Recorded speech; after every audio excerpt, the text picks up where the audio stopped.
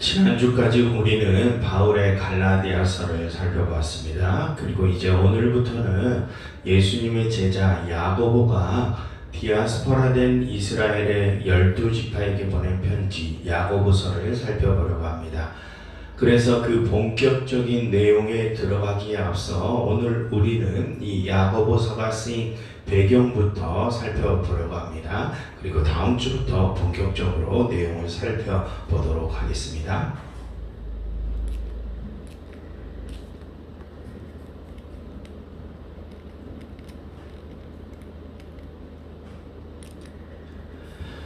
여러분 먼저 1절을 보시면 1절에서 야고보는 흩어져 있는 12지파에게 문안한다 라고 하죠.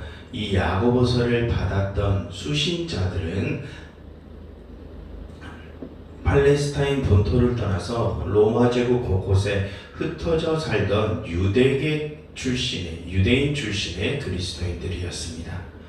그들을 우리가 유대계 그리스도인들로 추정하는 또 다른 이유는 창조문에 보이는 2장 2절을 보시면 2장 2절에서 야고보가 성도들의 모임 장소를 교회, 헬라어로 에클레시아라고 부르지 않고 유대인들의 집회 장소인 회당, 헬라어로 하면 시나고게, 회당으로 부르기 때문입니다. 또한 이 서신에는 이방인 출신의 그리스도인들과 유대계 그리스도인들 사이에 율법 논쟁이 전혀 등장하지 않습니다. 그것은 그 율법 논쟁을 다뤘던 예루살렘 공의회가 열린 주 49년 이전에 기독교가 아직 유대교의 한 분파처럼 여겨지던 매우 초창기 시절에 이 야고보서가 쓰였음을 의미합니다. 여러분 지난주까지 우리가 살펴본 갈라디아서를 기억해 보시면 그 편지에서 율법주의 그리스도인들, 즉 유대계 그리스도인들은 이방인 출신의 그리스도인들에게 율법을 강요했었죠. 그래서 바울이 그 갈라디아서를 써서 그 유대 율법주의자들과 율법 논쟁을 벌였습니다. 그런데 이 야고보서는 그러한 율법 논쟁이 전혀 등장하지 않죠. 그것은 이 야고보서가 지난번 바울의 갈라디아서보다 훨씬 이전에 쓰였음을 보여줍니다.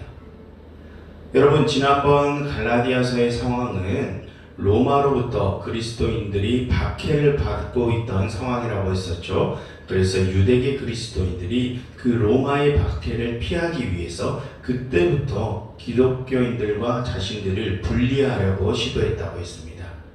그처럼 지난번 갈라디아서는 유대교와 기독교가 분리되기 시작한 시기에 쓰였습니다. 그런데 이 야고보서는 그보다 더 이른 시기에 쓰였죠. 유대교와 기독교의 분리에 대한 이야기가 전혀 없던 시기, 즉 주 40년대에 이 야고보서가 쓰인 것입니다. 그것은 이 야고보서가 이 성경에 실린 사도들의 편지들 중에 가장 초창기에 쓰인 편지임을 우리에게 알려줍니다. 여러분 주 40년대는 예수님이 돌아가신 지 몇 해 되지 않았던 때입니다. 우리는 예수님이 30대 초중반에 공생의 생활을 하시고 십자가를 지시고 돌아가셨다고 추정을 하죠. 그런데 이 야고보서가 40년대에 쓰였다는 것은 예수님이 죽으시고 승천하시고 난 지 얼마 지나지 않은 때 이 야고보서가 쓰였음을 보여줍니다.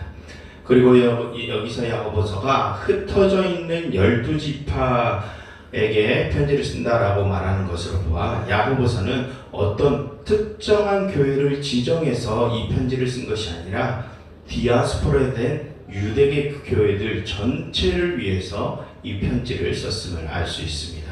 그래서 회람서신이라고 이 편지를 부르죠.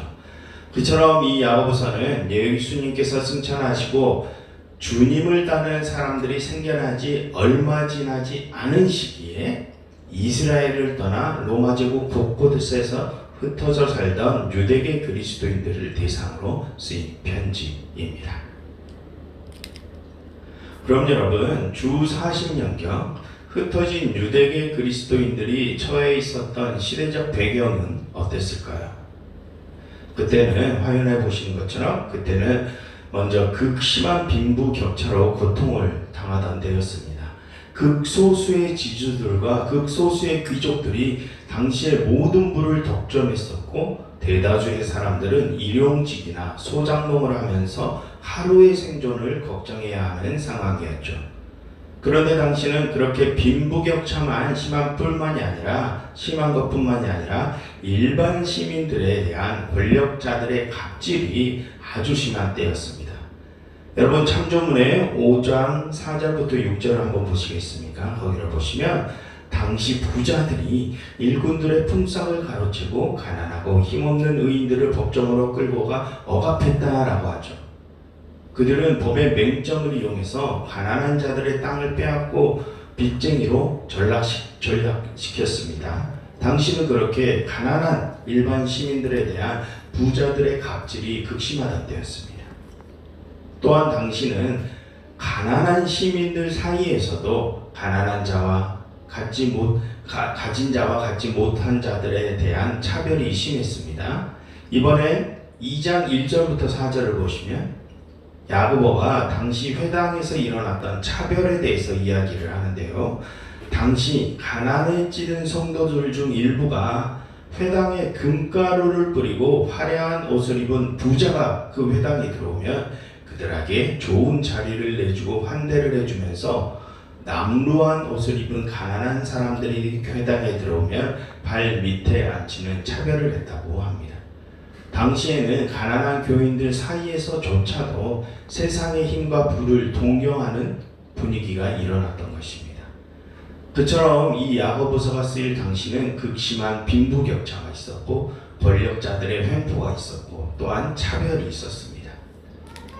그래서 야고보는 그런 상태에 있던 교인들에게 단호하게 선포를 합니다. 이번엔 2장 1절을 보시면, 내 형제들아, 영광의 주 예수 그리스도에 대한 믿음을 너희가 가졌으니 사람을 차별하여 대하지 말라라고 단언합니다. 여러분, 여기서 우리가 얻을 수 있는 메시지는 명확합니다.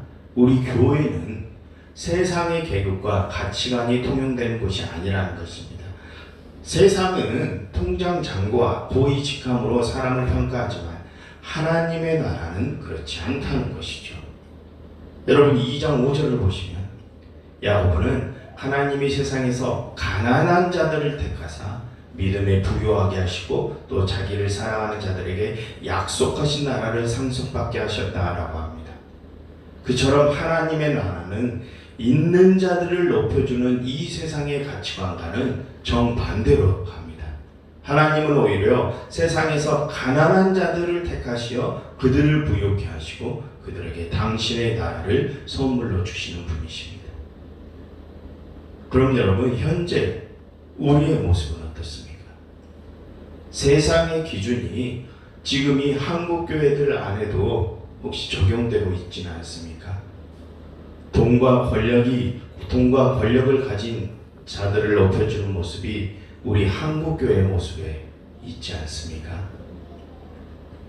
여러분, 참된 신앙은 우리가 그 세상적 가치관을 버리고 하나님의 시선으로 지치고 소외된 이웃을 바라보는 것에서부터 시작됩니다. 그래서 힘의 논리에 기준한 횡포와 차별을 끊어버리고 아주 작은 자들, 아주 약한 자들에게까지 하나님 나라의 평등을 선사해주는 공동체가 참된 교회입니다. 우리는 그것을 반드시 기억해야 합니다.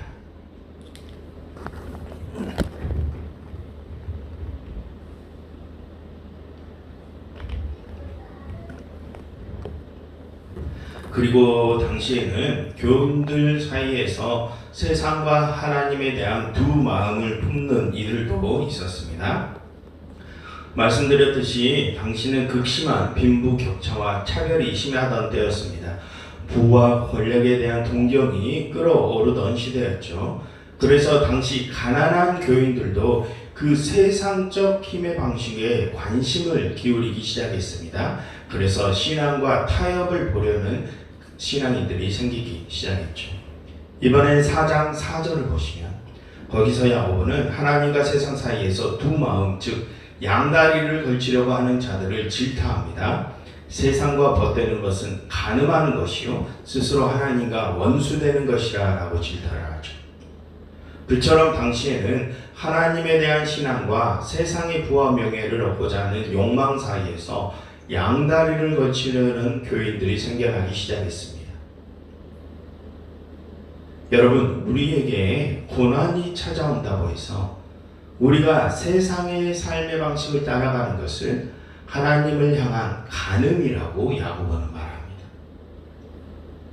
여러분, 야고보가 이 편지의 수신자들을 흩어져 있는 12지파라고 부르는 이유가 여기에 있습니다. 그들은 이 땅에서 살아가고 있지만 이 땅에 속하지 않는 하나님 나라의 시민이어야 한다는 것입니다. 야고보는 당시 교인들에게 그 하나님 나라의 시민으로서의 정체성을 가지고 너희가 이 세상을 살아가라고 이 편지를 쓴 것입니다. 그럼 여러분, 지금 우리의 모습은 어떻습니까? 여러분, 지금 우리가 처한 상황도 당시 이 야고보서를 썼던, 야고보서를 받았던 교인들의 상황과 별반 다를 것이 없습니다. 우리도 역시 돈이 최고라는 물질 만능주의와 남을 짓밟고 올라서야 한다는 무한 경쟁의 사회 속에서 똑같이 살아가고 있죠.